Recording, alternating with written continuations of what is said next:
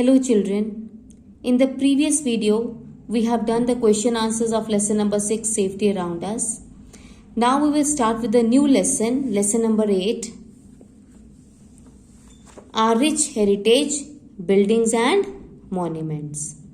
So take out page number 59 of your social studies books and we will start with this new lesson, our rich heritage, buildings and monuments. Before we start reading this lesson, children, let's do this brown box first. Name one famous monument in or near your city. Now, near our city there is one famous monument, that is the Golden Temple. So you can write here Golden Temple. Golden G capital and Temple T capital. Second question is, what is your city most famous for? We can write Novelty Mall. Our city is famous for Novelty Mall. Like people usually go to Novelty Mall on the weekend. Now next question is, to which other cities of India have you travelled? Like you can write here any city where you have gone. So I have written here Amritsar. You can write Amritsar also. Amritsar, A will be capital. Amritsar.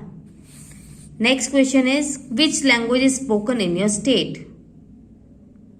So as we are residing in the state of Punjab, so obviously we are speaking Punjabi. So you can write here Punjabi. Now let's start reading with this lesson. India is a land rich in cultural heritage. But what is culture and heritage? Come, let us understand. Now see children, India is a land which is rich in cultural heritage. But before we read what is the meaning of culture and what is the meaning of heritage, that we have to understand. So let's see what is the meaning of culture. All around the world, different societies have different cultures. Now see children, all around the world, people are following different kinds of culture. In India, people follow different kind of culture. In the Western countries, people follow different kind of culture.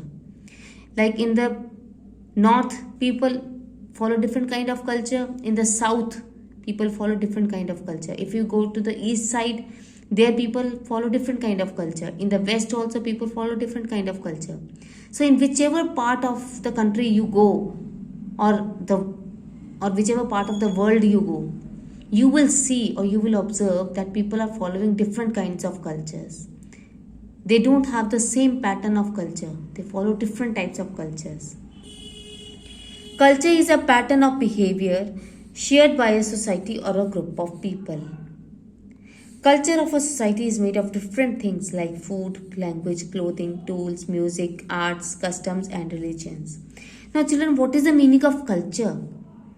Culture actually means the behavior which is adopted by a society.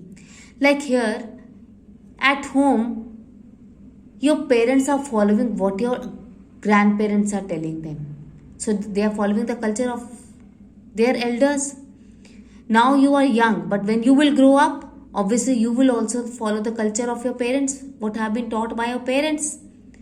So this culture is passed on from one generation to another. This culture is passed on from one generation to another. Like what kind of food like you like to eat, what kind of language you speak, what kind of clothes you like to wear, what kind of music you like to listen, what kind of customs or what kind of religion you like to follow. Like here in India, people follow different kinds of religions. And all the people of different religions follow different kinds of cultures also. Like in Hindu religion, people follow different kind of culture. In Sikh religion, people follow different kind of culture. In Christianity, people follow different kind of culture. And the people who are Muslims, they follow different kind of culture. So this culture depends upon the society you live in. It depends on the society in which you live. And moreover, this culture is passed on from one generation to another. Next is cultural heritage. Cultural heritage are the ways of living developed by a group of people or society and passed on from one generation to the other. So what is the meaning of cultural heritage? Cultural heritage means the culture, the traditions which your forefathers have been following. Now your parents are following them. And after a few years, you will also follow the same traditions or same culture. So means that culture is being passed on from one generation to another. So that is called cultural heritage. It is mainly of three kinds. This cultural heritage is of three kinds. Number one is tangible culture, such as buildings, monuments, landscapes, books, works of art, and artifacts. Now, what is the meaning of tangible? It is already given there. The things which you can touch, that is called tangible culture. Like buildings, the old buildings which have been built by the great Indian rulers or by the British rulers, monuments, landscapes, books, works of art, and artifacts. The meaning of artifacts is also given there, something made by humans of cultural interest. So, now all those things which you can touch, they are called tangible culture. So, this tangible culture includes buildings, monuments, landscapes, books, works of art and artifacts. Next is intangible culture. Intangible means the things which you cannot touch, like folk songs, can you touch them? Dance, can you touch it? Traditions, languages and knowledge, all these are a part of intangible culture, means the things which you cannot touch. Next is natural heritage. Natural heritage includes wildlife, natural animals, forests, landforms, etc. Now wildlife, all these are created by God, so that's why they are called natural heritage. The things which have been made by God, not by man, they are called natural. So like wildlife, natural animals, forests, landforms. You can see that various kinds of landforms are there. Somewhere there are plains, somewhere there are mountains, somewhere there are plateaus, somewhere there are deserts. All these different kinds of landforms are there. So all these are the creations of God. They are not made by man. They are created by God. Now let's move on to the next page.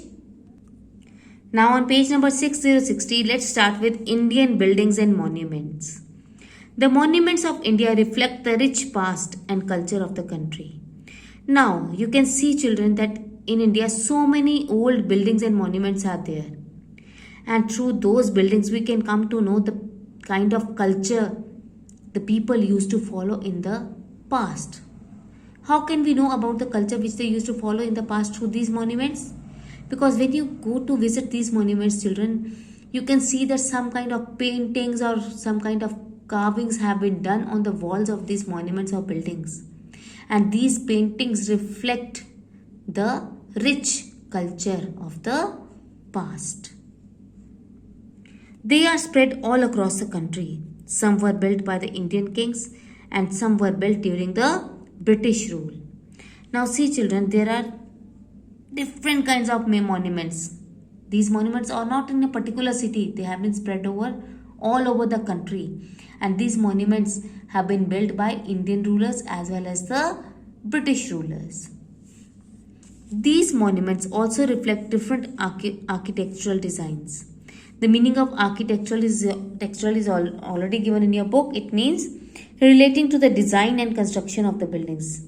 Now children, you can see these pictures over here. You can see that all these monuments or buildings are having different designs. All these are having different designs. They have been constructed beautifully by the artisans. So architectural means the design of the buildings. So these monuments or buildings have different designs. Each monument has a story behind its construction. Let us read about some Indian monuments. Now see, children, these monuments have not been constructed uselessly. Some kind of story is there behind the construction of each and every monument. Now let's start with Taj Mahal. This is one of the most famous monuments of India. Children, you must have heard about Taj Mahal. Yes, it is in Agra. And this is one of the famous monuments of India. And this is one of the 7 wonders of the world.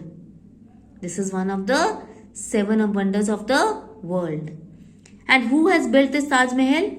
It was built by the Mughal Emperor Shah Jahan in memory of his wife Mumtaz Mahal. This monument was built by whom? By the Mughal Emperor. He was a Mughal. And what was his name? Shah Jahan. And he has built this monument in memory of his wife Mumtaz Mahal. Built in white marble, the monument stands on the banks of the river Yamuna in Agra. As I told you that this Taj Mahal is in Agra, and it is built in which color stone? Which color marble? White marble. You can see the picture of Taj Mahal over here. This is a picture of Taj Mahal. You can see it is made up of white marble, and it is on the banks of river Yamuna. It is one of the new 7 wonders of the world. This I already told you that this Taj Mahal is one of the new 7 wonders of the world. This is such a beautiful monument that it is a part of the 7 wonders of the world. Next is Red Fort. This is a beautiful fort built in red sandstone. So you can see this Red Fort is also shown here. This Red Fort is also beautifully built, and it is made up of red sandstone. It was built by Shah Jahan when he shifted his capital from Agra to Delhi. This building was again built by Shah Jahan. Why did he build this building? When he shifted his capital from Agra to Delhi. Can you tell me the reason why Shah Jahan shifted his capital from Agra to Delhi? Because in Agra the population has increased so much that it was difficult for Shah Jahan to conduct processions and ceremonies over there. So he shifted his capital from Agra to Delhi. Moreover, Delhi was connected to different parts of the world also. So he shifted his capital from Agra to Delhi. Children, next is Jama Masjid. Built in Old Delhi. This is the oldest mosque in India. So this Jama Masjid is built in Old Delhi. You can see the picture of Jama Masjid is also given in your book. This is Jama Masjid and it is built in Old Delhi, and this is one of the oldest mosque in India.